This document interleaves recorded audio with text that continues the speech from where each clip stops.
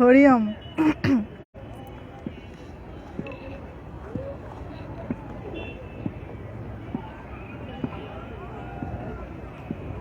হরিওম হরিওম।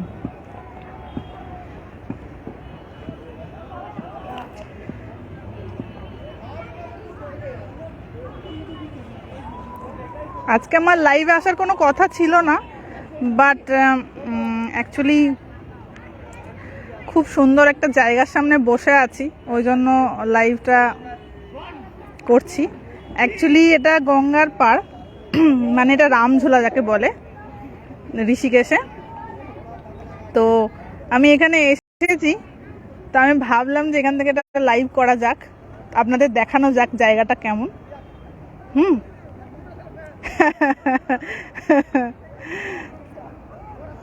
তো দেখতেই পাচ্ছেন গঙ্গার শোভা কেমন।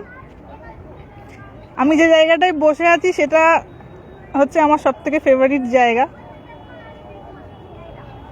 এই যে উপর দিয়ে রাস্তা চলে যাচ্ছে, মানুষ যাতায়াত করছে, ওই যে যাতায়াত করছে, ওখান দিয়ে সিঁড়িতে নামতে হয়েছে গঙ্গা। আর ওটা হচ্ছে রামঝুলা যেটা দেখা যাচ্ছে।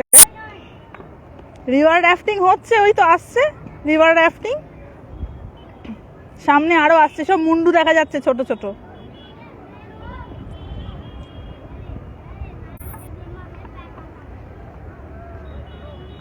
এটা হচ্ছে রামঝুলা। আর ওই দেখা যাচ্ছে ওটা হচ্ছে বিচ, ওই যে সাদা সাদা দেখা যাচ্ছে ওটা বিচ। তো ওই বিচটা থেকেও দারুণ সুন্দর জায়গা।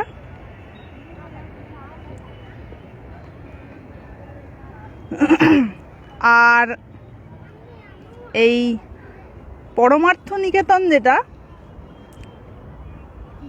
সেই পরমার্থ নিকেতনের শিবটা হচ্ছে ওই যে ওইখানটা, যে সেই যে শিবটাকে দেখতে পাওয়া যায়। আর ওই যে ব্রিজটা দেখা যাচ্ছে ওটা হচ্ছে জানকী ঝুলা। এইসব বিভিন্ন ঘাট রয়েছে এখানে, বিভিন্ন আরতি ফারতি হয় বিভিন্ন ঘাটে। আর ওই ছোট ছোটগুলো সব বোট, ওই যে দেখা যাচ্ছে ছোট ছোটগুলো সব বোট, রাফটিং করছে ওরা। ফুল নিয়ে যায় ভাই, এই যে রাফটিং করছেন। উল্টো দিকে গীতা ভবন, হ্যাঁ ওই যে দেখা যাচ্ছে গীতা ভবন লেখা রয়েছে, এই যে এই লেখাটা হচ্ছে গীতা ভবন, এই যে দেখা যাচ্ছে এই জায়গাটা গীতা ভবন। হ্যাঁ এখন এখানে ঠান্ডা রয়েছে। এই যে সব নেমে পড়েছে, মানে রিভার রাফটিং করতে করতে গঙ্গার জলে নেমে পড়েছে সব ছানাপোনারা। কিন্তু প্রচন্ড ঠান্ডা, মারাত্মক ঠান্ডা এখানে জল, ওই জন্য এরা বেশি করে সব উঠে পড়ছে। বেশিক্ষণ গঙ্গার জলে থাকতে পারবে না, ফ্রিজ হয়ে যাবে বডি।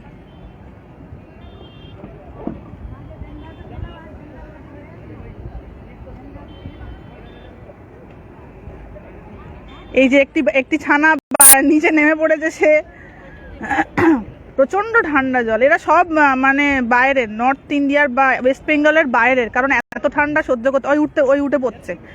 ঠান্ডা সহ্য করতে পারবে না, না গরম তো এখানে একদমই নেই, ঠান্ডা প্রচন্ড।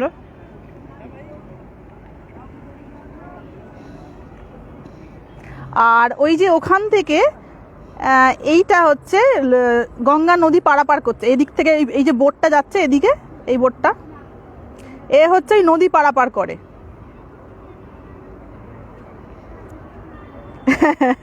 একটু ডুব দিতে পারলেই গা গরম, হ্যাঁ একদম।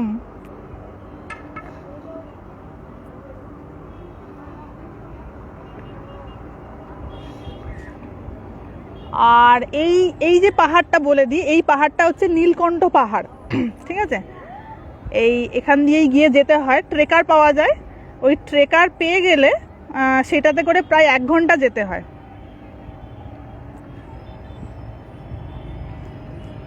আর এই সামনের দিকের গুলো হচ্ছে সব সিঁড়ি গঙ্গার পাড়ে, ওই সিঁড়িতে সব বসে থাকে মানুষ।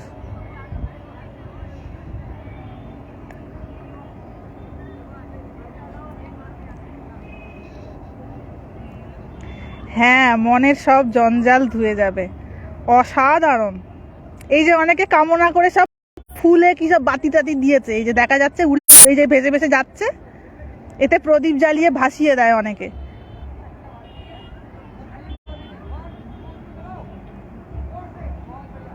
মুক্তি কি একজন জিজ্ঞাসা করেছেন, মুক্তি নিয়ে একটা ভিডিও আছে আমাদের পেজে। হ্যাঁ,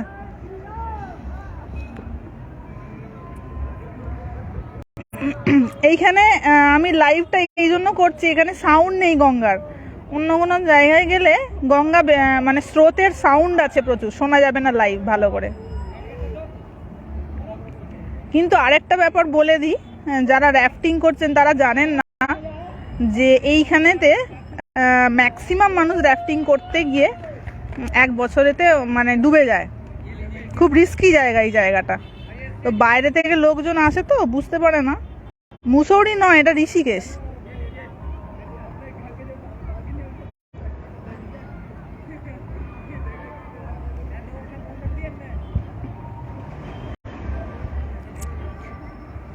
হ্যাঁ, ওইখান থেকে আরো ভালো দেখতে লাগবে। ওই যে শিবটা রয়েছে যেখানে, এই যে কোথায় গেল দেখা গেল, ওই যে না, এই যে শিবটা, ওই শিবটা এইখানেতে শিবটা রয়েছে।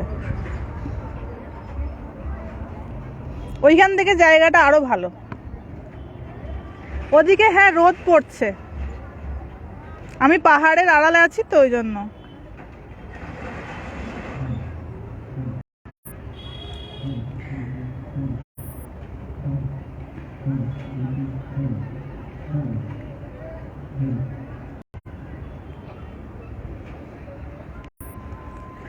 তো আমি ভাবলাম আপনাদের একটু দেখানো যাক। আমি অনেক দিন আগে এখানে এসেছিলাম, তো অ্যাকচুয়ালি আমি ঘরে বসে বসে ঋষিকেশের ভিডিও দেখছিলাম, বিভিন্ন ভিডিওসগুলো, কত সুন্দর সুন্দর জায়গা। তো হঠাৎ করে আমার মনে পড়লো যে আমি ঋষিকেশের ভিডিও কেন দেখছি, আমি তো ঋষিকেশেই থাকি। সুতরাং আমি ভাবলাম একটু বেরিয়ে পড়া যাক। হ্যাঁ, এখানে ঠান্ডা রয়েছে, বেশ ঠান্ডা আছে। দিনের দিকে হালকা রোদ আছে, কিন্তু এই যে হালকা ছায়া পড়ে গেছে না, এবার একটু গায়ে কিছু না দিলে ঠান্ডা লাগবে। ওরিয়ম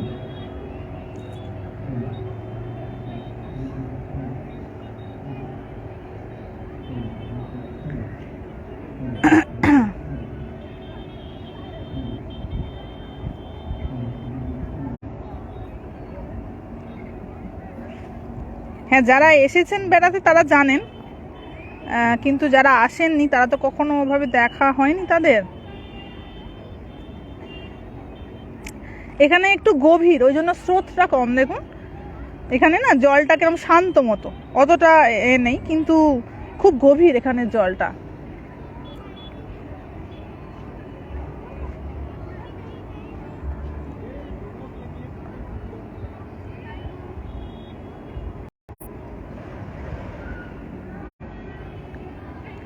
ওই জন্য একটা কথা বলে রাখি, ওই জন্য এখানে জলটা একটু গভীর হওয়ার জন্য আপনারা জানেন যে সাধু সন্ন্যাসীদের শরীর চলে গেলে, বিশেষ করে ঋষিকেশে, তাদেরকে একটা বাক্সর মধ্যে বন্ধ করে দিয়ে গঙ্গায় ফেলে দেওয়া হয়। তাদের তো পুরানো হয় না, এরকমই নাকি নিয়ম। কি কেন এটা আমি জানি না।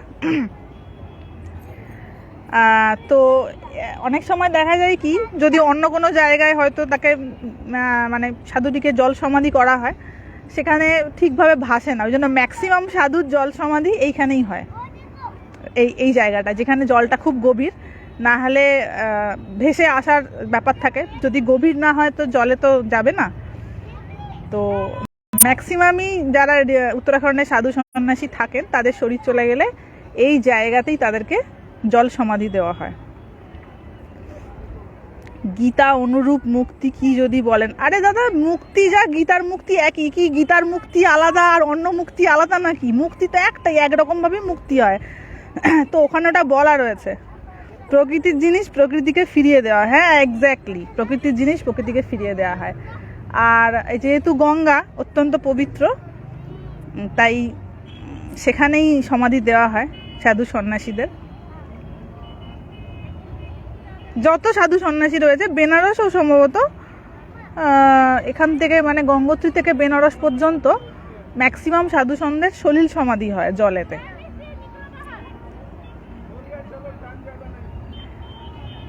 হ্যাঁ,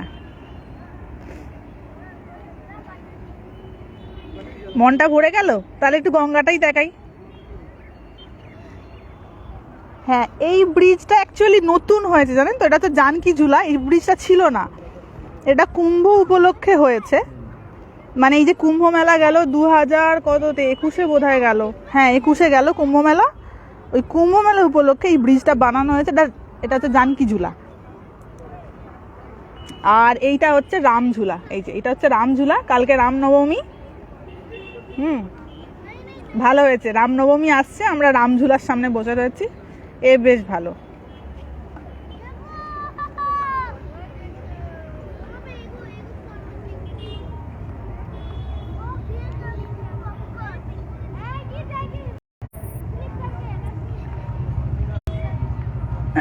এই যে পাহাড়টা দেখতে পাচ্ছেন, আরেকটা জিনিস বলে দিই, এই যে পাহাড়টা দেখতে পাচ্ছেন, এই যে রেঞ্জটা, এটা যদি আরেকটু দূর থেকে দেখা হয় না, মনে হবে একজন কেউ শুয়ে রয়েছে, একটা নাক একটা মুখ এরকম টাইপের লাগে। ওই জন্য এটাকে স্লিপিং বিউটিও অনেক সময় বলা হয়, স্লিপিং হিলস বা স্লিপিং বিউটিও বলা হয়।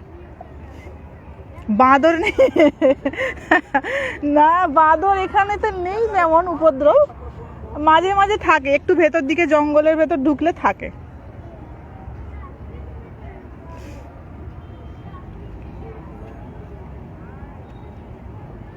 আমি যখনই যাই ওই বিচটায়ও বসি, ওই যে সাদা সাদা বিচটা দেখা যাচ্ছে, ওখান থেকেও দারুণ লাগে দেখতে,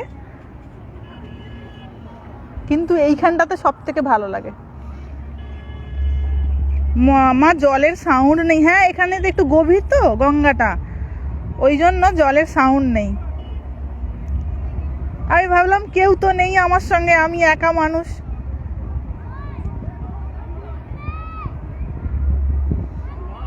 আপনার পিছন দিকে কোন আশ্রম? এইটা এটা এইটা হচ্ছে কি আশ্রম, আমি নিজেও ভুলে গেছি কি আশ্রম এটা। এটা শিবানন্দ আশ্রম। শিবানন্দ আশ্রম যে বিখ্যাত রয়েছে তারই একটা ব্রাঞ্চ। এই যে পিছন দিকে দেখা যাচ্ছে শিবানন্দ আশ্রমের ব্রাঞ্চ, ওই উপর দিয়ে লোকজন যাতায়াত করছে। এই অনেকেই সব বসে রয়েছে, এই যে এই যে সব বসে হাওয়া খাচ্ছে গঙ্গার।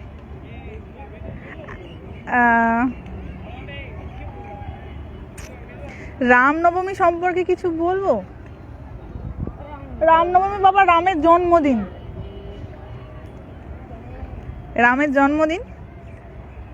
রামকৃষ্ণ মিশনের মহারাজদের তো আগুনে পোড়া নয়, আমি জানি না এক্স্যাক্টলি ওনাদের কি করা হয়, কারণ কঙ্খল রামকৃষ্ণ মিশনে কারো শরীর গেলে জেনারেলি জল সমাধি করে। এবার কেউ যদি সেটা না করেন সেটা তাদের ব্যাপার, হতেই পারে, কিন্তু ম্যাক্সিমাম সাধু সন্ন্যাসীদের জল সমাধি করা হয় এখানে। অন্নপূর্ণা পুজো আজকে, হ্যাঁ হ্যাঁ হ্যাঁ আজকে অন্নপূর্ণা পুজো। তো যেটা বলছিলাম যে যখন রাজা দশরথের ছানাপোনা হচ্ছিল না, রাজা দশরথের তো 3টে স্ত্রী ছিলেন, কৌশল্যা, কৈকেয়ী আর সুমিত্রা। তো ছানাপোনা হচ্ছিল না, কি করবে, খুব দুঃখী ছিলেন রাজা দশরথ। তো ওনাকে ঋষিরা বলেছিলেন তুমি পুত্রেষ্টি যজ্ঞ করো। উনি পুত্রেষ্টি যজ্ঞ করার পর যে পায়েসটা ছিল, পায়েস না ক্ষীর বোধহয়, সেইটা ওনার স্ত্রী কৌশল্যাকে দিয়েছিলেন। তো কৌশল্যা, সুমিত্রা আর কৈকেয়ী, এই 3 জনের মধ্যে খুব ভাব ছিল, মানে এরা মানে স্বামী একই, তার জন্য যে এদের মধ্যে কোনো শত্রুতা ছিল এমনটা নয়। তো সেই জন্য কৌশল্যাকে যে ক্ষীরটা দেয়া হয়েছিল সেইটা উনি কৈকেয়ীকে দেন, আর সেখান থেকে একটু একটু করে সুমিত্রাকেও দেওয়া হয়। তো তারপরে কৌশল্যার গর্ভে রাম হয়, আর কৈকেয়ীর গর্ভে ভরত, আর সুমিত্রার গর্ভে লক্ষ্মণ আর শত্রুঘ্ন। এই হচ্ছে এনাদের ছানাপোনা হওয়ার গল্প। এবং রাম যে নামকরণ, এটা একটু বলে দিই, কালকে রামনবমী বলে, যখন বড় ছেলে রাম হয় দশরথে, তখন সবাই এত আনন্দিত হয়েছিল, সারা রাজ্যবাসী, সেখানে হই হুল্লোড় লেগে গিয়েছিল। সেখানে হই হুল্লোড় লেগে গিয়েছিল, এত আনন্দিত হয়েছে প্রজারা, সেখানে নৃত্য করতে শুরু করে দিয়েছিল, এত আনন্দ উৎসব শুরু হয়ে গেছে। তো রাম যে কথাটা অ্যাকচুয়ালি এসেছে রময়তী, রময়তী মানে যে আনন্দ দান করে, মানে যার জন্মের পরে সমগ্র বিশ্ব অত্যন্ত আনন্দে মেতে উঠেছিল, সেই রময়তী থেকে রাম কথাটি এসছে। হ্যাঁ, এটা বলে দিই। তো সেই জন্য রামনবমী আমাদের ভারতবর্ষে খুব আনন্দের সঙ্গে পালন করা হয়, কারণ সেদিন ভগবান রামের জন্মদিন, তিনি ধরাধামে এসেছিলেন। আর কালকে সেই দিনটা, এরকম হুটহাট করে লাইভ হলে আমাদের খুব মজা। অ্যাকচুয়ালি লাইভে আমি আসবো এটা তো ভাবিনি। হ্যাঁ, আমি হঠাৎ করে এখানে এসেছিলাম জাস্ট একটু ঘোরার জন্য, কিন্তু একজন আমাকে সাজেস্ট করলেন যে মা আপনি লাইভ হন। তো তখন আমি ভাবলাম যে না, আপনাদের এই দৃশ্যটা দেখানো হোক, আবার কবে আসা হবে। একটু মেঘ এসে গেছে আকাশে, এবং শুক্রবার দিন বৃষ্টি হতে পারে এখানে। হ্যাঁ,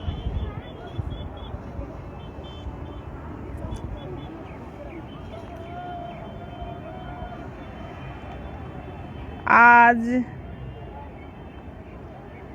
এটা হচ্ছে ঋষিকেশ।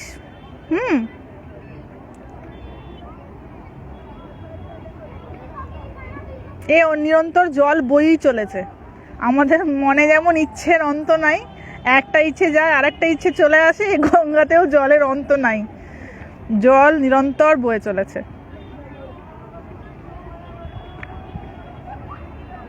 এবং খুব গভীর, এটা হচ্ছে এই জায়গাটা শান্ত শান্ত হওয়ার। আর এই দিকটা যদি একটু যাওয়া হয় না, ওই দিকটায়, ওখানে কিন্তু জল অনেকটা স্রোত আছে। এখানটা একটু শান্ত জল, তার কারণ হচ্ছে জলটা গভীর।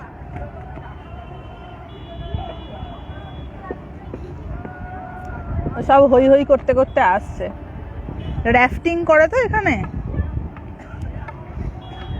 কিন্তু সত্যি এখানেতে কেউ যদি আসেন, তার মন প্রাণ জুড়িয়ে যাবে, এত শান্ত। আর আমি যেখানটা বসে আছি, এইখানেই আমি বসি কখনো যদি আসি।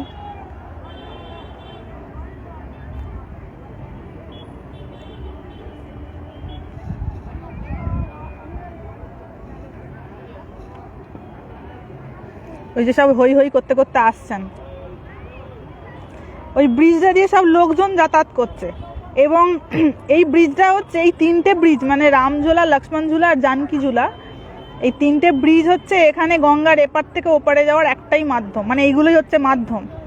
আর 4 হুইলারে যেতে হলে অনেক দূরে এখানে একটা ব্যারেজ আছে, সেই ব্যারেজের ওখান দিয়ে 4 হুইলার যেতে পারবে। কাছাকাছির মধ্যে নদীর এপার থেকে ওপারে যাওয়ার কোনো রাস্তা নেই 4 হুইলারে।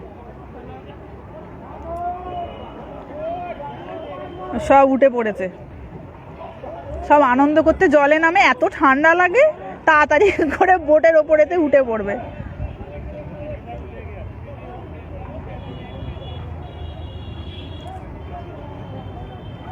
এটা ভারতবর্ষের ঋষিকেশ। হ্যাঁ,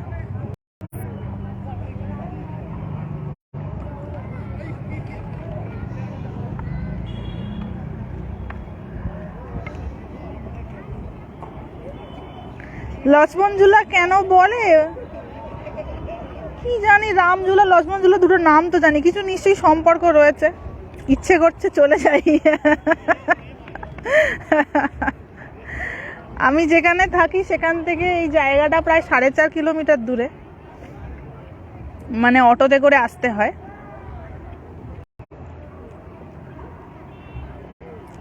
বলে নাকি নদী পার করার জন্য কিছু ঝুলা ফুলা বানিয়েছিল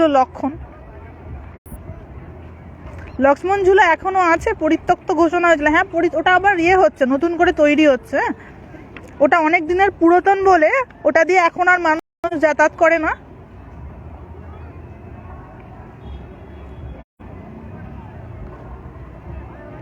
ঋষিকেশ মানে তো শ্রীকৃষ্ণ। হ্যাঁ, ঋষিকেশ মানে শ্রীকৃষ্ণ। এরকম সারপ্রাইজ পেলে খুব ভালো হয়, তার জন্য তো বেড়াতে যেতে হবে।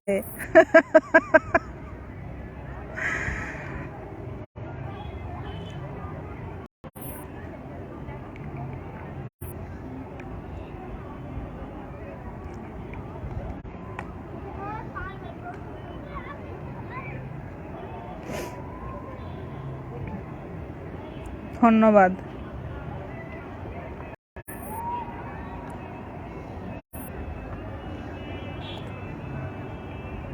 ওদিকে সব না, সব বিভিন্ন শিবের গান হচ্ছে। ওই ওই পুরো এটা হচ্ছে মানে ওদিকের গঙ্গার হচ্ছে মার্কেট।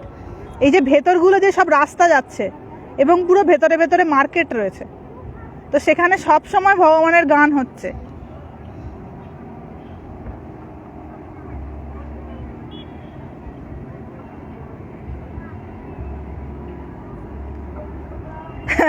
আজ কি আপনি আপনার পাড়াকে আমাদের কাছে দেখাচ্ছেন? না, এটা আমার পাড়া নয়, আমার পাড়া এখান থেকে একটু দূর।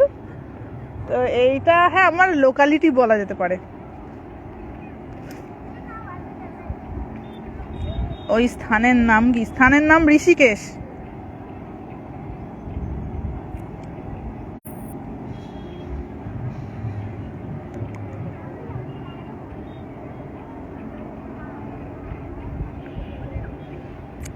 চারধাম খুলে যাচ্ছে এপ্রিলের বোধহয় 27 তারিখ। অক্ষয় তৃতীয়া কবে আছে জানি না, সেই অক্ষয় তৃতীয়ার পর খুলে যাবে চারধাম, মানে কেদার, বদ্রী, গঙ্গোত্রী, যমুনোত্রী। সেই জন্য সেই সময় থেকে টিকিটের প্রচুর ডিমান্ড হয়ে যায়, টিকিট পাওয়া যায় না।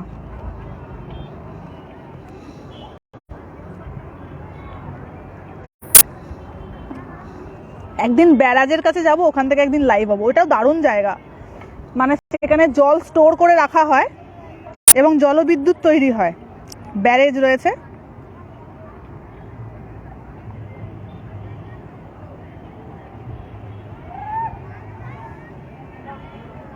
আপনি অনেক ভাগ্যবতী, হ্যাঁ সত্যিই ভাগ্যবতী, 1000%। নাহলে এইরকম একটা জায়গায় থাকার সত্যি সৌভাগ্য আমার হতো না।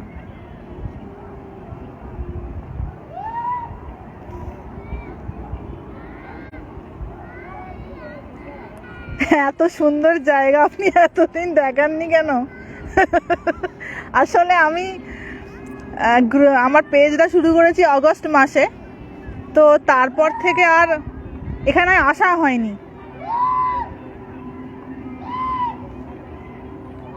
বাবারে কি আনন্দ! ওই দেখো লাপালাপি করছে।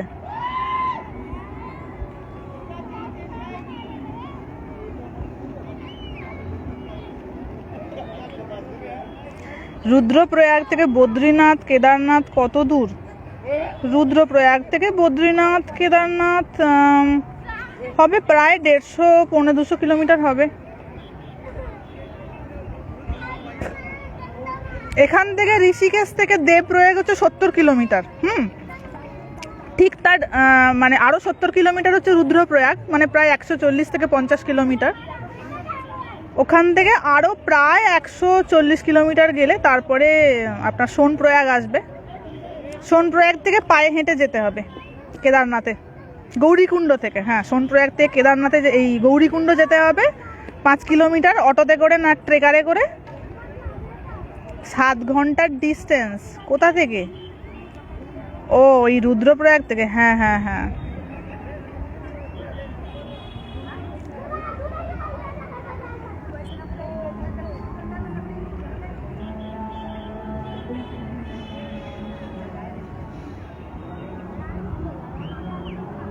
এখানে জল খুব ঠান্ডা। আর একদিন ওপারে গিয়ে লাইভ করার অনুরোধ জানাই। ঠিক আছে, দেখা যাক। আমি ওই শিবটা আছে, ওই যে ওইখানে শিব দেখা যাচ্ছে একটা, ওই যে ওইখানটা শিব আছে, ওই শিবের ওইখানটা থেকে একদিন করবো ভাবছি।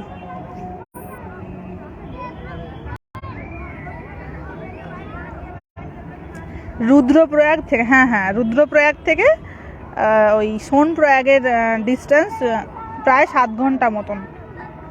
কারণ আমরা এখানে জার্নি শুরু করেছিলাম সকাল 7:30টায়, সোনপ্রয়াগ পৌঁছেছি বিকেল 4:30।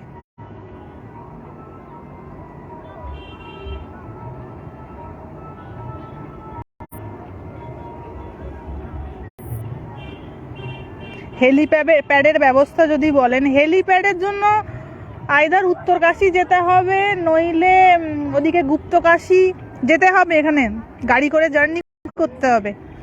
ওখান থেকে সব বুকিং হয়, অনলাইনে বুকিং করেই যায় ম্যাক্সিমাম জন। আমরা তো হেঁটে গিয়েছিলাম, ওই জন্য অনলাইনের ব্যাপার হয়নি। আর গৌরীকুণ্ডতে না সোনপ্রয়াগে একটা রেজিস্ট্রেশন করাতে হয়। শিবের ওখান থেকে একদিন লাইভ করবেন। আচ্ছা ঠিক আছে, দেখা যাক। এখানে সানসেট কখন হয়? এখানে অনেকক্ষণ দিন থাকে, দেখতেই তো পাচ্ছেন, এখানে অনেকক্ষণ দিন থাকে।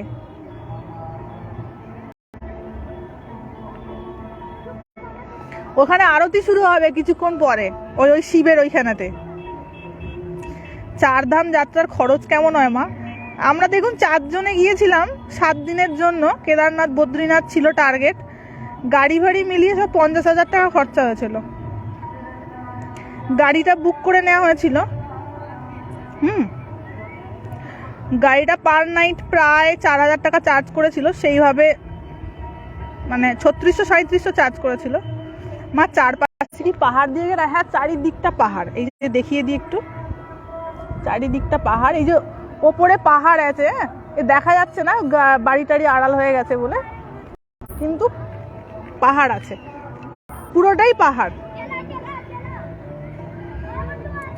অত টাকা? হ্যাঁ, অত টাকাই লেগেছিল। যদি কেউ বাসে যেতে চান যেতে পারেন, কিন্তু তাহলে নিজের প্রাইভেসি থাকবে না। মানে যেখানে সেখানে তো বাস থামবে না। কেউ ধরুন বমি করছে বা কারোর খিদে পেয়েছে, ইচ্ছে মতন দাঁড়ানো যাবে না, বা বাথরুম পেয়েছে, এরকম হবে না। তাই বাসে গেলে এই সুবিধাটা থাকবে না। কলকাতাতে প্রায় সন্ধ্যা। হ্যাঁ হ্যাঁ হ্যাঁ, এখানে গরমকালে প্রায় 7:45 সন্ধে হয়। এই যে রোদ পড়ছে ওপারে পাহাড়ে। এটাকে কি ভ্যালি বলে? না, ঠিক ভ্যালি বলা যাবে না, কারণ ভ্যালি ঠিক বলা যাবে না, কারণ এখান থেকে পাহাড় শুরু হয়ে গেল। আপনি কি একা আছেন মা? হ্যাঁ, একাই আছি।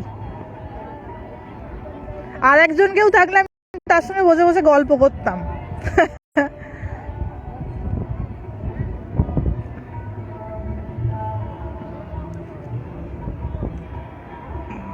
এই ব্রিজটা মাঝে মাঝে দোলে হাওয়া দিলে। এই যে রামঝোলা ব্রিজটা রয়েছে, মাঝে মাঝে দোলে। মা আমরা এপ্রিল 28 হরিদ্বার হয়ে কেদারনাথ যাবার কথা। খুলে যাবে পট কিনা, একটু দেখে যাবেন। আশা করছি খুলে যাবে, এপ্রিলের শেষাশেষি করে খুলে যায়। আর সেই সময় একটু ভিড়ও কম থাকে। তবে জিনিসপত্র অবশ্যই দরকারি নিয়ে নেবেন।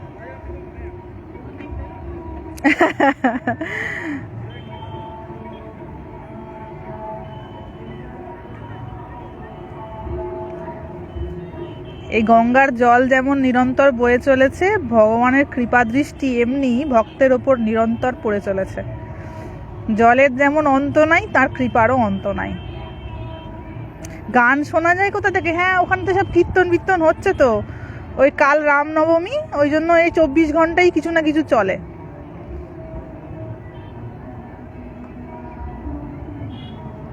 ব্রিজে উঠতে দেয়? হ্যাঁ, ব্রিজে উঠতে দেয় তো। ওই তো লোকজন যাতায়াত করছে, ওই যে যাচ্ছে টুকটুক করে, এই যে লোকজন যাতায়াত করছে। বাইকও যায় ব্রিজের উপর দিয়ে।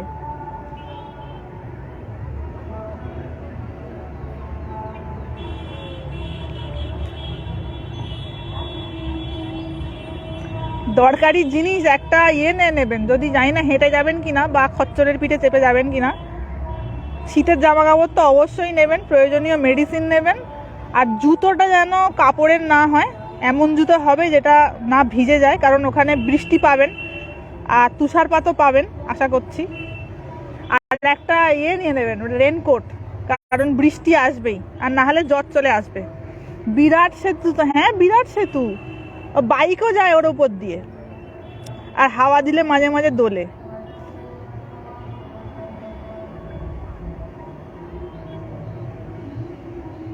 আমরা 14th গিয়েছিলাম।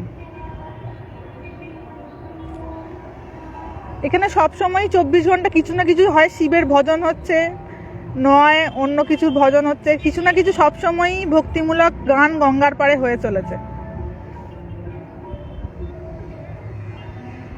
লক্ষ্মণ ঝুলা, এটা তো রাম ঝুলা, এটা আরেকটু ওদিকে, গঙ্গাটা আরেকটু ওদিকে গেলে তারপরে তো লক্ষ্মণ ঝুলা। মার একা কোথায়?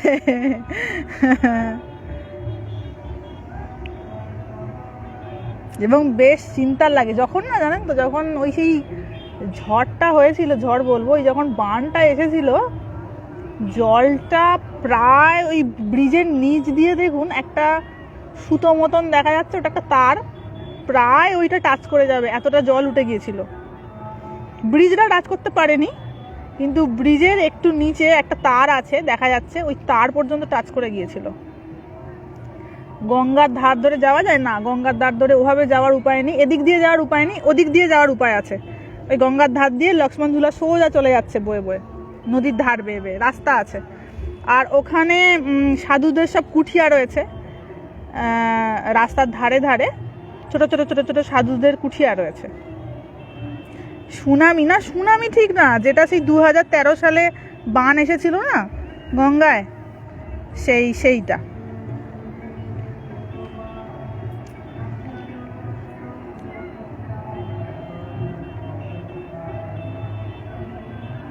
এই জলটা বয়ে যাচ্ছে দেখে আমার একটা, হ্যাঁ হ্যাঁ হরকা বান, হ্যাঁ বান এসছিল, সেই বানেতে প্রায় 10,000 মতন মানুষ মারা গিয়েছিল। কেদারেই তো এসছিল বানটা। তো উত্তরকাশী, গৌরীকুণ্ড এগুলো আর কিছু ছিল না, বিশেষ করে গৌরীকুণ্ডর কিছু ছিল না, আবার সব নতুন করে তৈরি করা হয়। কেদারের রাস্তা সব নষ্ট হয়ে গিয়েছিল, আবার নতুন করে তৈরি করা হয়। তো সেইটা বলছি, ওই জলটা ওই ব্রিজের নিচ দিয়ে একটা যেমন তার মতন দেখা যাচ্ছে, ওইখানেতে উঠে গিয়েছিল জলটা, সব ভেঙে নিয়ে চলে গিয়েছিল, আবার নতুন করে সব তৈরি করা হয়। ডিসেম্বরে যাব, ডিসেম্বরে প্রচন্ড ঠান্ডা।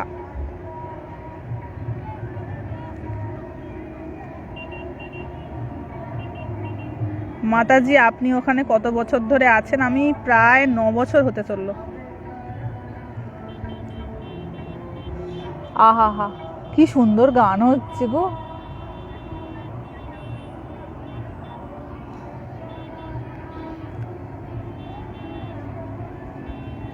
নাইনটিন 79-এ আমি গিয়েছিলাম, তখন রামঝুলা ছিল না। আচ্ছা ঠিক আছে, আমি যখন ওপারে যাব তখন ওখান থেকে একটা লাইভ করব। ওই যে শিবটা রয়েছে, দারুণ দারুণ দেখতে লাগে, কিন্তু ওখানে এত লোক থাকে, হাঁ করে সব দেখবে, এই হচ্ছে সমস্যা। এখানে যেমন তেমন লোক নাই, পিছনে বসে আছে আমার, তারা ভাবছে কি করছে, বুঝতেই পারছে কিছু একটা করছে, কারণ বাংলা ভাষা এখানে ম্যাক্সিমাম মানুষ জানে না।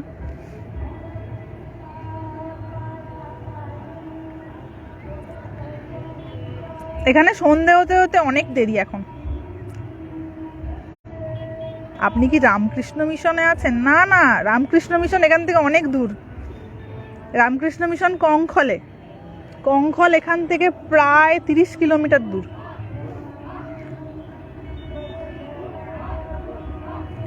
সিদ্ধি ও বিভূতি কি, এটা অন্য কোনো একদিন আনসার করে দেবো। হ্যাঁ,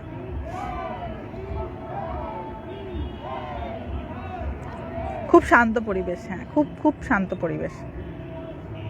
আর এই যে গঙ্গার এই যে ধারে যে বাড়িগুলো দেখতে পাচ্ছেন, এগুলো খুব রিস্কে থাকে, কোনো সময় যদি বান টান চলে আসে না,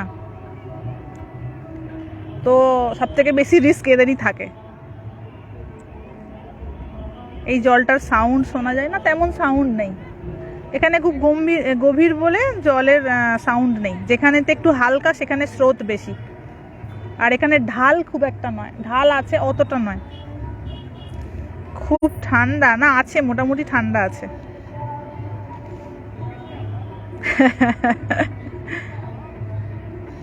হ্যাঁ, ওখানটা গেলে আরো ভালো লাগবে, এত সুন্দর ওইখান থেকে।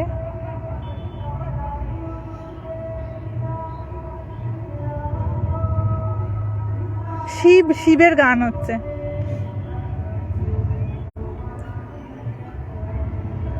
কতক্ষণ লাইভ হয়েছে কে জানে, কতক্ষণের লাইভ হয়েছে, বন্ধ তো করতে হবে।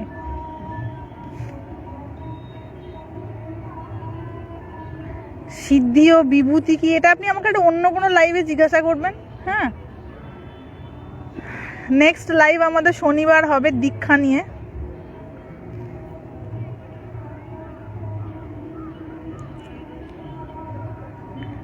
পঁয়ত্রিশ মিনিট, আর 5 মিনিট থাকি।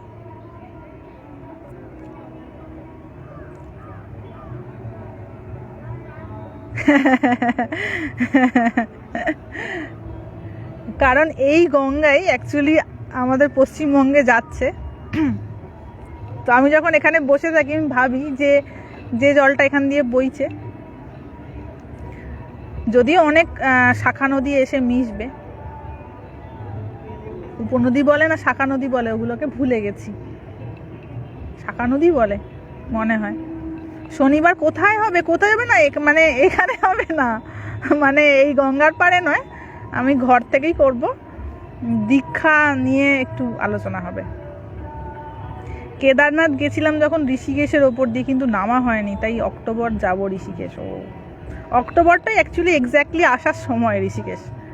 সেপ্টেম্বর অক্টোবরটার প্রথম দিকটা খুব সুন্দর সময়, না গরম থাকে আর না ঠান্ডা থাকে। অনেকেই বলছেন ছুটে যাই বা চলে আসি, কিন্তু এখন টিকিট পাবেন না, এখন হলে এক তৎকাল ছাড়া উপায় নাই, এখন টিকিট সব বুকড হয়ে যায় তাড়াতাড়ি, ঋষিকেশের খুব ডিমান্ড। আর এই যে এপ্রিল মাসে খুলে যাচ্ছে চারধাম, তার জন্য উপনদী, হ্যাঁ উপনদী, যাই হোক আমি ওটা গুলিয়ে ফেলেছি, উপনদী না শাখা নদী। ওখানের গঙ্গা তো খুব বড়, এখানে অতটা চওড়া নয়, একটুখানি, মানে এপার থেকে ওপারের লোককে মোটামুটি চিনতে পারা যাবে খুব পরিচিত হলে। যাদের দীক্ষা হয়নি তাদের নিয়ে কথা বলবেন, হ্যাঁ একটু বলবো, কারণ এইটা একটা বড় প্রশ্ন মানুষের, দীক্ষা কি বৃত্তান্ত। দেখুন লাইভ যেখানে করা হবে না, সেটা সাউন্ড ফ্রি হতে হবে, ঠিক আছে? যেখানে প্রচুর ক্যাওস সেখান থেকে লাইভ হয় না, সেটা শুধু জায়গাটা দেখানো যেতে পারে, কিন্তু কোনো কথা বললে চারিদিকে গান বাজনা হচ্ছে, হয় না অমন করে।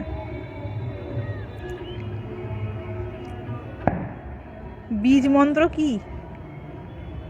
বীজ মন্ত্র হচ্ছে আমি যে দেবতার মানে নাম নেব, তার হচ্ছে একটা নাম বীজ থাকে, যেমন হচ্ছে কৃষ্ণের থাকে ক্লিং থাকে, তারপরে মা লক্ষ্মীর যদি মন্ত্র হয় তাহলে থাকে শ্রীং, তালবস্বয় রয়ে দীর্ঘই অনুসং শ্রীং থাকে। তো এরকম বিভিন্ন দেবতার আলাদা আলাদা বীজ মন্ত্র থাকে, সেগুলো যে যে মন্ত্রে দীক্ষিত, মানে যে যে দেবীর বা দেবতার মন্ত্রে দীক্ষিত, সেই অনুযায়ী বীজটা থাকে।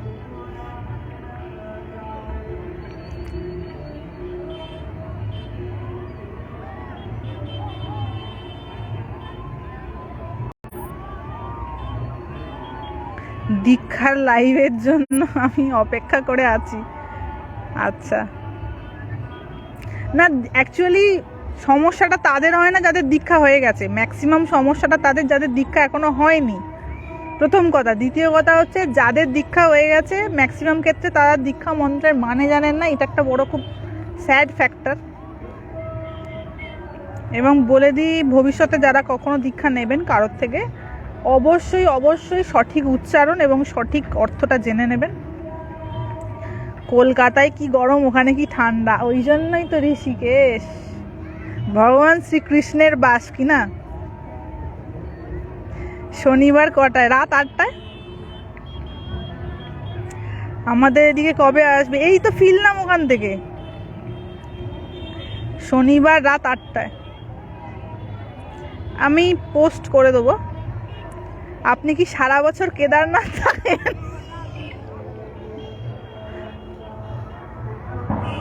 না না, কেদারনাথ সারা বছর থাকলে আমি জমে যেতাম, আমি আর বেঁচে থাকতাম না। লাইভ কি আজ হবে? না না না, আজ লাইভ না, সেই শনিবার। এটা তো আমি বলা হয়নি, এটা তো আমার বলা হয়নি যে লাইভে আসা হচ্ছে। আমি হঠাৎ করে এখানে এসেছি, সব কিছু তো ভাবে বলে হয় না, একটা ইচ্ছারও ব্যাপার থাকে। কেদারনাথে ঠান্ডায় টেম্পারেচার -20, তো সেখানে করা যায় না, থাকা যায় না। আপনার ছানাপোনারা কি ম্যাক্সিমাম ওয়েস্ট বেঙ্গল? হ্যাঁ, যেহেতু বাংলা ভাষায় লাইভ করা হয়, তো সেখানে যারা শুনবে তারা অবশ্যই পশ্চিমবঙ্গবাসী বটে, তবে যারা বাঙালি এদিক ওদিকেও রয়েছেন, আউট অফ স্টেট থাকেন, যারা বাইরে থাকেন, এমনও আছেন। তাহলে হ্যাঁ, লাইভে শুধু বরফ আমাকে আর দেখা যেত না, আমি বরফে চাপা পড়ে যেতাম, লাইভে শুধু বরফ দেখা যেত। হ্যাঁ, দেখা যাক, আমার বদ্রীনাথে যাওয়ার আরেকবার খুব ইচ্ছা। কবে কি যোগ লাগবে কি জানি বাবা, আবার ওই একবার ওইটাতে যাবো, ওই কি বলে ব্যাসদেবের গুহায়।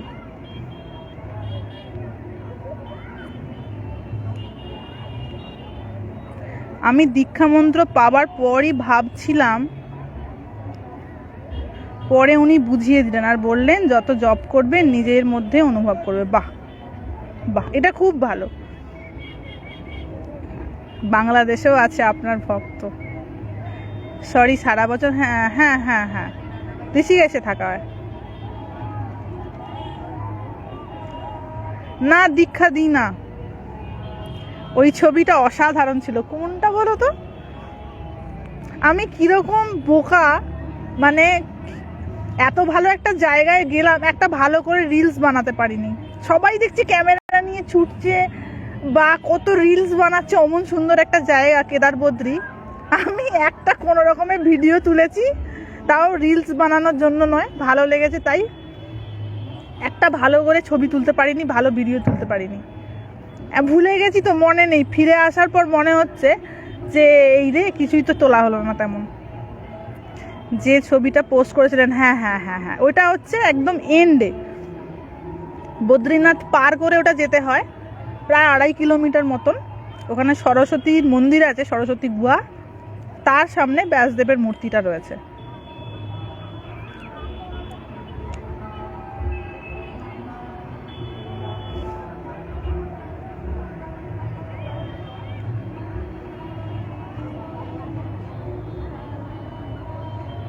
এবং অবশ্যই আমি রিপিট করে বলবো, কেউ যদি কখনো বদ্রীনাথে যান, অবশ্যই ব্যাস গুহাটা অন্তত অবশ্যই যাবেন, না হলে আমাদের জীবনটা কোথাও একটা বড় ব্যর্থ।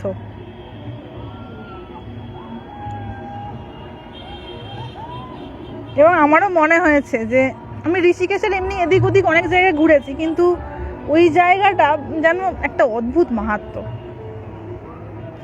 মানে যে গুহার ভেতরেতে ব্যাসদেব এতগুলো 18টা পুরাণ রচনা করেছেন, মহাভারত রচনা করেছেন।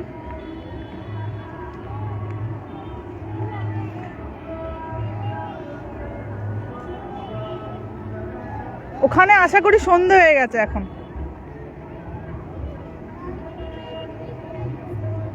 দীক্ষা নেব ফ্রম ঋষিকেশ মিশন। দীক্ষা নেব from Rishikesh mission, Ramakrishna mission, sorry sorry sorry, Ramakrishna mission. আচ্ছা আচ্ছা, এটা বুঝে নেবেন, উচ্চারণটা সঠিকভাবে বুঝে নেবেন, পরে যেন মনে হয় এটা কি আদৌ অনুসং আছে না ম আছে, ওই জায়গাটা একটু ক্ল্যারিফাই করে নেবেন, হ্যাঁ, গুরুদেবের থেকে।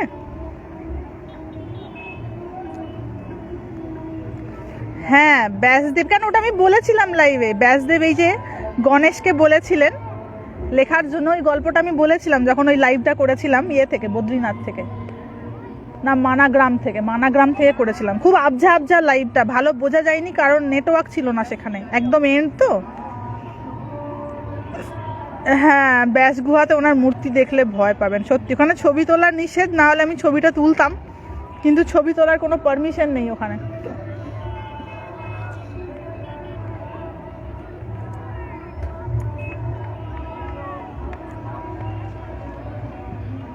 আবার একবার দেখিয়ে দিই জায়গাটা।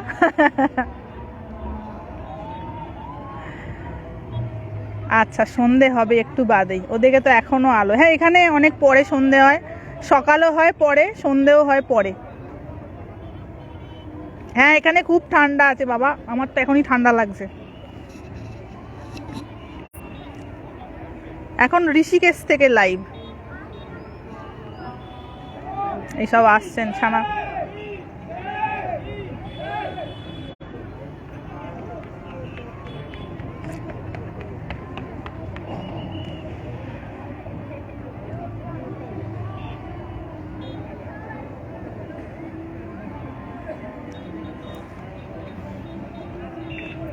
এখানকার একটা বিউটি হচ্ছে, আপনি দেখবেন, মানে যদি একটু জঙ্গলের দিকে যান, জঙ্গল মানে হচ্ছে যে ধরুন এই যে গঙ্গাটা বয়ে যাচ্ছে, তো লক্ষ্মণ ঝুলার পরে বাঁ সাইড দিয়ে তেমন ওখানে লোকজন যাতায়াত করে না, কারণ ট্যুরিস্টরা আননোন স্পেসে যেতে চায় না, ভয় লাগে।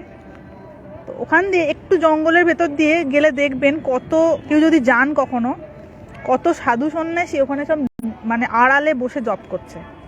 একটা হয়তো পাথর রয়েছে, বিরাট বড় পাথর, কেউ দেখতে পাবে না, কারণ বেশিরভাগ লোকজন হয়ে গেলে খেয়েই কে চিপস খাবে, কে বিস্কুট খাবে, খ্যাঁকা করবে। তার জন্য ওনারা কি করেন, এই লোকালিটি থেকে একটু আড়ালে গিয়ে ওই হয়তো কোনো বড় পাথর রয়েছে, তার আড়ালে একটা হয়তো কিছু আসন পাতলেন, পেতে হয়তো জলের একটা কোমণ্ডলু রয়েছে, দরকার পড়লে জল পান করবেন, আর ওই একাগ্র হয়ে বসে জপ করছেন বা ধ্যান করছেন।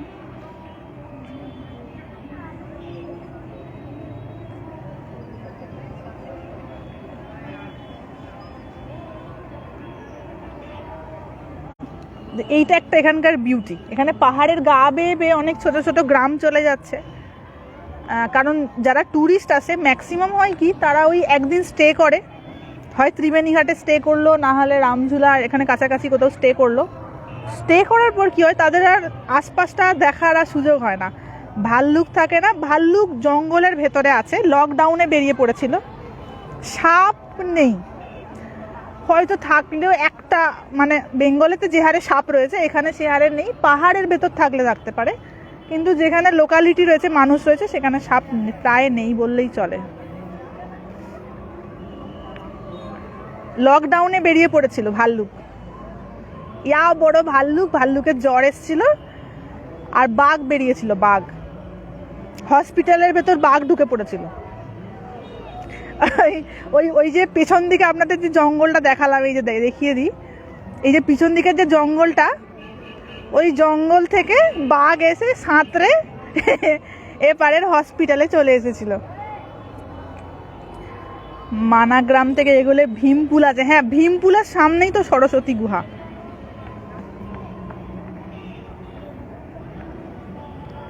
পুনর্মামেতুর সঠিক উচ্চারণ, আরে আমাকে শ্লোকটা দেখে পাঠান, আমি শুধু পুনর্মামেতু বলতে কি বুঝবো, আমাকে একটু ভাল্লুকের জ্বর, হ্যাঁ হ্যাঁ ভাল্লুকের জ্বর আসে, সে এমন জ্বর আসে এরকম করে পড়ে থাকে। তো আমরা সবাই দেখতে গিয়েছিলাম সেই ভাল্লুকটাকে যখন জ্বর এসেছিল। তারপর এখানে একটা, মানে আমি যেখানে থাকি তার পিছনে একটা শিবের মন্দির আছে, অনেকটা সিঁড়ি দিয়ে উপরে উঠতে হয়, সেখানে বাঘ এসে গেছিল লকডাউনে, রাতের বেলা বাঘ ঢুকে পড়েছিল।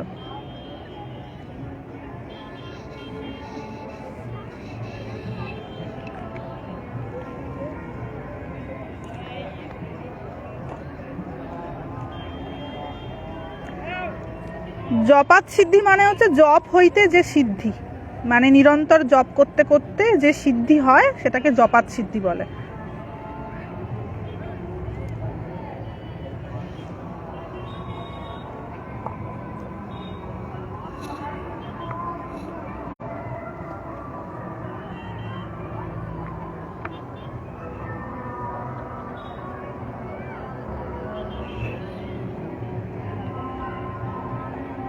ওপারে কখন যাবেন? ওপারে আর আজকে যাবো না ভাবছি, কিছু খাবার বিক্রি হয় না, ফুচকা যদি খেতে যাই তো খাবো। কি সুন্দর, হ্যাঁ কেদার বিপর্যয়ের পর অনেক কিছু পাল্টে গেছে।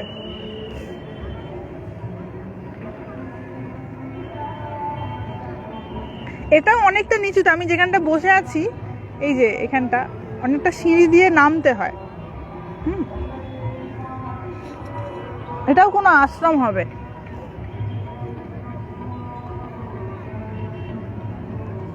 তিতিক্ষা মানে সহ্য বা অপেক্ষা। এমন সুন্দর জায়গায় থাকেন বলে মাতাজি কলকাতায় বেশি দিন থাকেন না। হ্যাঁ ওখানে গরম পড়ে যায় তো। কি লকডাউনে কি বাঘের খাদ্যাভাব ঘটেছিল? আসলে লোকজন তেমন চলাচল করছিল না, সব পশু পাখিরা চলে এসেছিল এদিকে।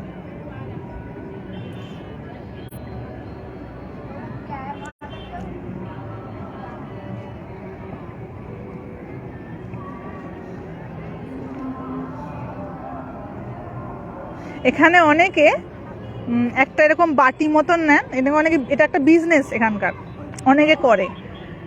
একটা এরকম বাটি মতন নেবে প্লাস্টিকের, তার মধ্যে একটু ফুল, একটু কর্পূর, একটা দুটো ধূপ, আর বোধহয় এরকমই থাকে, বেশি কিছু থাকে না। তো ওইটা নিয়ে অনেকে জ্বালিয়ে তার মনস্কামনা যাতে পূরণ হয় ওই ভগবানের নাম করে গঙ্গায় ছেড়ে দেয়। তো সন্ধে হলেই একটু দেখা যাবে যে মানুষ ওই গঙ্গার মাঝখানে মাঝখানে সব দ্বীপ জ্বলছে। আমি আগে বুঝতে পারতাম না, এখন বুঝতে পারি ওগুলো কেউ না কেউ ওই দ্বীপটাকে জ্বালিয়েছে। ওই ওই সেই বাটি মতন আছে, ওই বাটিতে ওই মোমবাতিটাকে জ্বালিয়েছে বা কর্পূরটাকে জ্বালিয়ে ভাসিয়ে দিয়েছে। কোনো একটা তার মনের কামনা রয়েছে হয়তো, সেটা ভগবানের উদ্দেশ্যে, মা গঙ্গার উদ্দেশ্যে বলা হয়েছে। তবে আরেকটা কথা আপনাদের বলি, এই প্রসঙ্গে বলছি বলে, এখানকার সাধু সন্ন্যাসীদের একটা বিশ্বাস আছে, ওখানকার লোকেরা কি পরিষ্কার, টুকটুকে গায়ের বরণ। হ্যাঁ, তো এখানে সাধু সন্ন্যাসীদের একটা বিশ্বাস আছে, জানেন কিরকম বিশ্বাস? না, কেউ যদি মা গঙ্গার সামনে গিয়ে নিরন্তর কোনো প্রার্থনা করে, এটা এখানকার মানুষের এবং সাধু সন্ন্যাসীদের বিশ্বাস, সেটা বলছি। নিরন্তর যদি মা গঙ্গার কাছে গিয়ে তার প্রার্থনা জানায়, তার মনে সেটা কোনো কষ্ট হোক, কোনো কামনা হোক, তো যদি কষ্ট হয় সেটা ভগবান কোনো না কোনোভাবে সেটার একটা উপায় করেন, এরকম এখানকার মানুষের বিশ্বাস। এবং মা গঙ্গার প্রতি এদের এত শ্রদ্ধা, মানে বাড়ির বউয়েরা ইচ ডে, প্রত্যেক দিন যদি একমাত্র রোগ না হয় তো একবার অন্তত গঙ্গা দর্শন করতে আসবেই আসবে। এবং আমি দেখেছি অনেক মানুষ গঙ্গার ধারে বসে কাঁদছে, মানে হয়তো মনে কোনো দুঃখ হয়েছে বা কাকে বলবে কেউ বলার নেই, তো মা গঙ্গার সামনে বসে চোখের জল ফেলছে। তো এই ম্যাক্সিমাম এই যে ধারে ধারে বসে রয়েছে, ম্যাক্সিমাম জনেরই কোনো না কোনো দুঃখ। এই যে দেখাচ্ছি, দাঁড়ান, একজন ভদ্রমহিলা বসে রয়েছেন একদম একানে, এই দেখুন, এই যে একটা কালো জামা পরে ভদ্রমহিলা বসে রয়েছেন, ইনি অনেকক্ষণ ধরে বসে আছেন, আমি দেখাচ্ছি, ওই যে সামনেই বসে রয়েছে। তো আমি যখন থেকে এসছি তখন থেকে বসে রয়েছে, ঠিক আছে। এবং আমি মাঝে মাঝে দেখছি ওনার কাছে যে রুমালটা রয়েছে, রুমালটা দিয়ে চোখের জল মুছছে, তার মানে কোনো না কোনো দুঃখ হয়েছে, কোনো না কোনো কষ্ট হয়েছে। তো এই পুরো ঘাট, ওই যে গঙ্গা বরাবর যে পুরো ঘাট রয়েছে, প্রচুর মানুষ বসে থাকে মা গঙ্গার কাছে তার নিজের কষ্টের কথা জানানোর জন্য।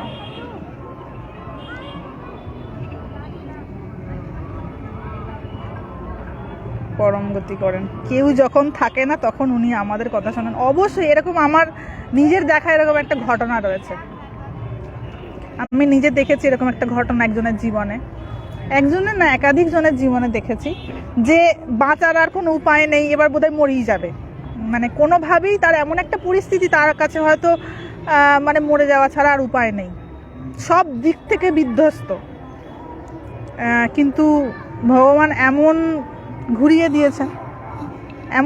দিয়েছেন কাঁটা, যে এরকমও পরিবর্তন হতে পারে ভাবা যায় না।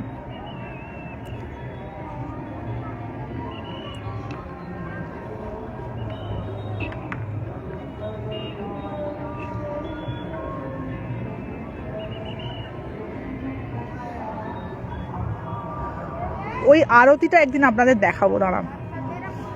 ওই যে ওই পরমার্থ নিকেতনে আরতি হয়, ত্রিবেণী ঘাটেও আরতি হয়, দেখা যাক অন্য কোনো একদিন ত্রিবেণী ঘাটেতে একদিন খুব সুন্দর আরতি হয়।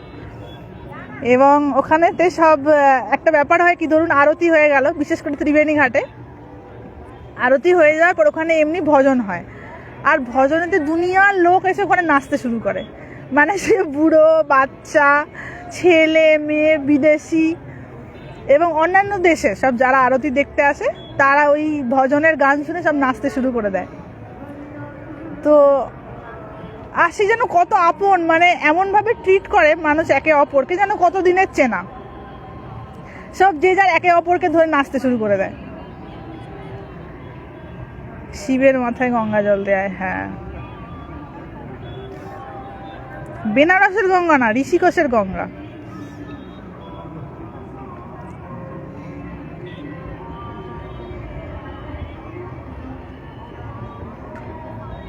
এটা ত্রিবেণী ঘাটে হয়।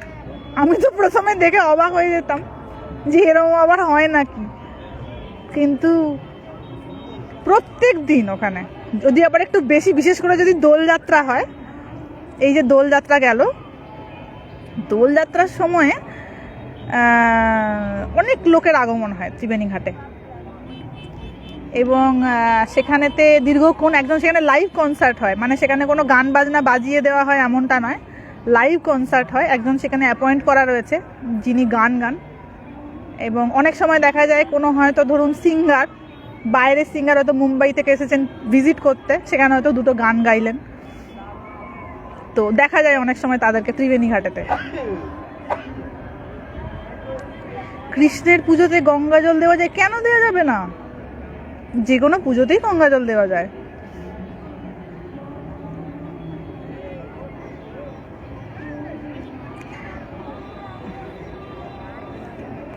হ্যাঁ, নর্থের মানুষ কিন্তু অনেক বেশি রিলিজিয়াস, এবং তারা খুব মানে এই ব্যাপারটা নিয়ে খুব সিরিয়াস। তাদের কাছে ধর্ম ব্যাপারটা ছেলে খেলার ব্যাপার না, এবং সে যে কোনো ভুল কাজ করলে, কোনো খারাপ কাজ করলে তার একটা মানে ব্যাড রেজাল্ট আছে, তার জন্য ভগবানকে ভয় পেতে হয়, এইরূপ একটা সেন্স এখানকার মানুষের রয়েছে। ওই জন্য যে কোনো পশু পাখিকে খুব ডিভোটেডলি কিছু খাওয়ানো, কিছু কিনে দোকান থেকে স্পেশালি কিনে খাওয়ানো। এখানে প্রচুর গরু আর ষাঁড় রয়েছে, রাস্তা দিয়ে সব ভরে ভরে যায়, এদিক দিয়ে ওদিক দিয়ে, দুপার দিয়ে। আর ওই ঝুলার ওপরে ওই যে ষাঁড় দেখা যাচ্ছে, একটা একটা দেখছি আমি গুনে গুনে, একটা দেখা যাচ্ছে, একটা যাচ্ছে, আর দুটো, তিনটে, ঝুলার ওপরে তিনটে ষাঁড় দেখা যাচ্ছে।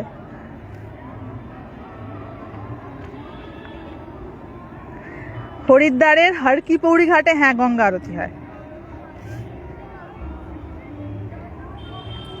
তন্ত্র সিদ্ধি কি, এই ব্যাপারে আমি পরে জানিয়ে দেবো। হ্যাঁ,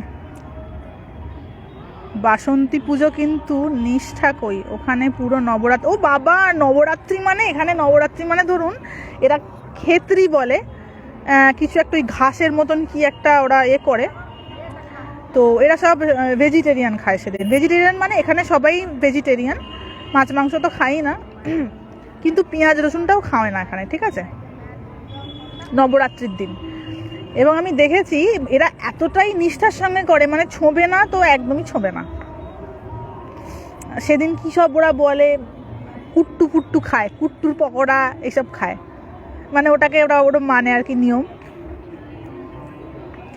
মাঝে মধ্যে ঋষিকেশের বিভিন্ন স্থানে লাইভ করলে খুব আনন্দ পাবো, দেখা যাক। আমি ওই যেখানটা একবার গেছিলাম, খুব সুন্দর জায়গা, যেখানে ওই সাধুরা ধ্যান করে, একটা জায়গা আছে সেখানে, ওখানে কেউ যেতে চায় না, ওটা বেশ ভালো জায়গা।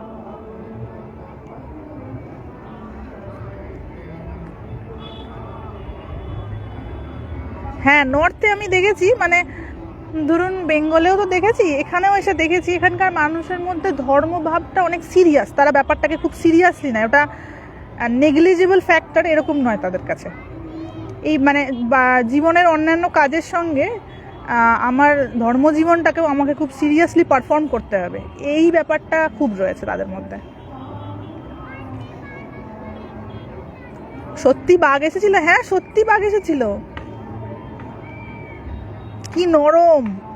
আমি দেখতে গেছিলাম তো হসপিটালের ভেতরে, সকালবেলা গেছিলাম বাঘ দেখতে, আর বাঘটাকে না ওই ঘুমের ওষুধ, ওই কী সব করেছিল, গুলি করে ওরা ঘুমের ওষুধ দিয়ে ঘুম পাড়িয়ে দিয়েছে, নাহলে তোকে ধরা যাবে না,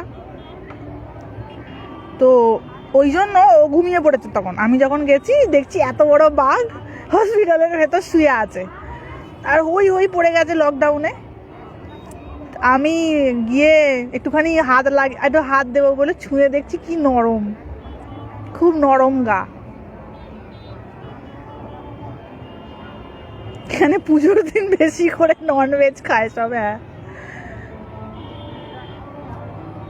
এখানে কোনো পুজো আচ্ছা মানে সেটাকে ভীষণ নিষ্ঠাভাবে করা হয়, ভীষণ নিষ্ঠা।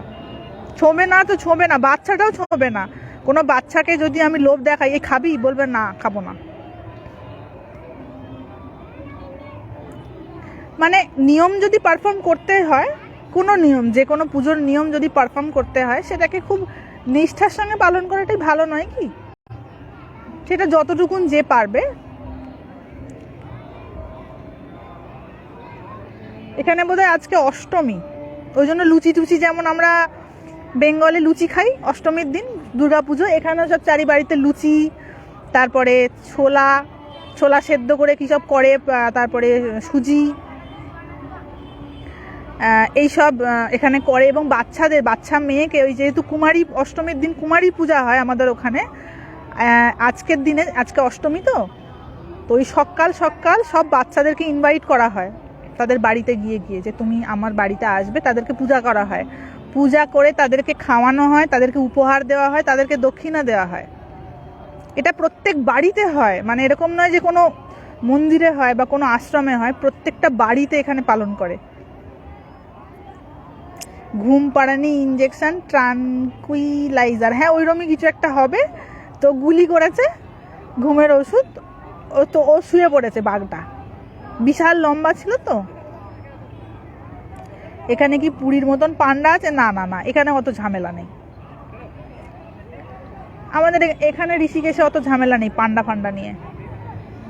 যে কোনো মন্দিরে যে কেউই গিয়ে দর্শন করতে পারে।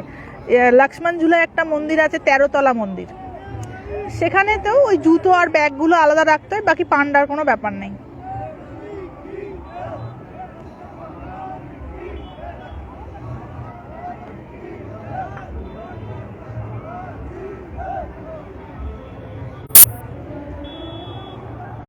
এই যেমন পয়লা বৈশাখ আসছে, পয়লা বৈশাখ হচ্ছে স্নানের একটা তিথি।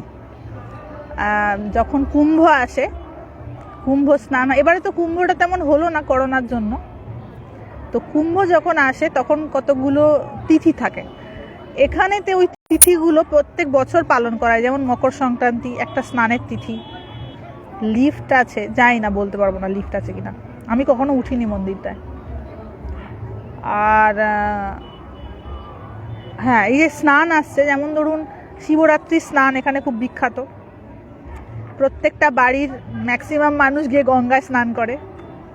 আর পয়লা বৈশাখের একটা স্নান আছে, ওটা একটা যোগ ভালো, মানে এনারা বিশ্বাস করেন, পয়লা বৈশাখে স্নান করেন, অক্ষয় তৃতীয়ায় স্নান করেন, আর এই যে বাসন্তী পূজা স্নান করেন। এইসব তিথি এরা খুব নিষ্ঠার সঙ্গে পালন করে। ওইসব ওপারে, গঙ্গার ওপারে একচেটিয়া স্নান করছে সব ঘাটেতে।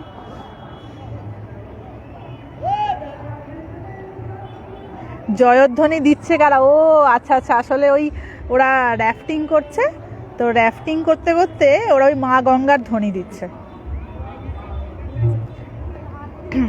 ওরা ওই ভগবানের নাম করছে আর কি।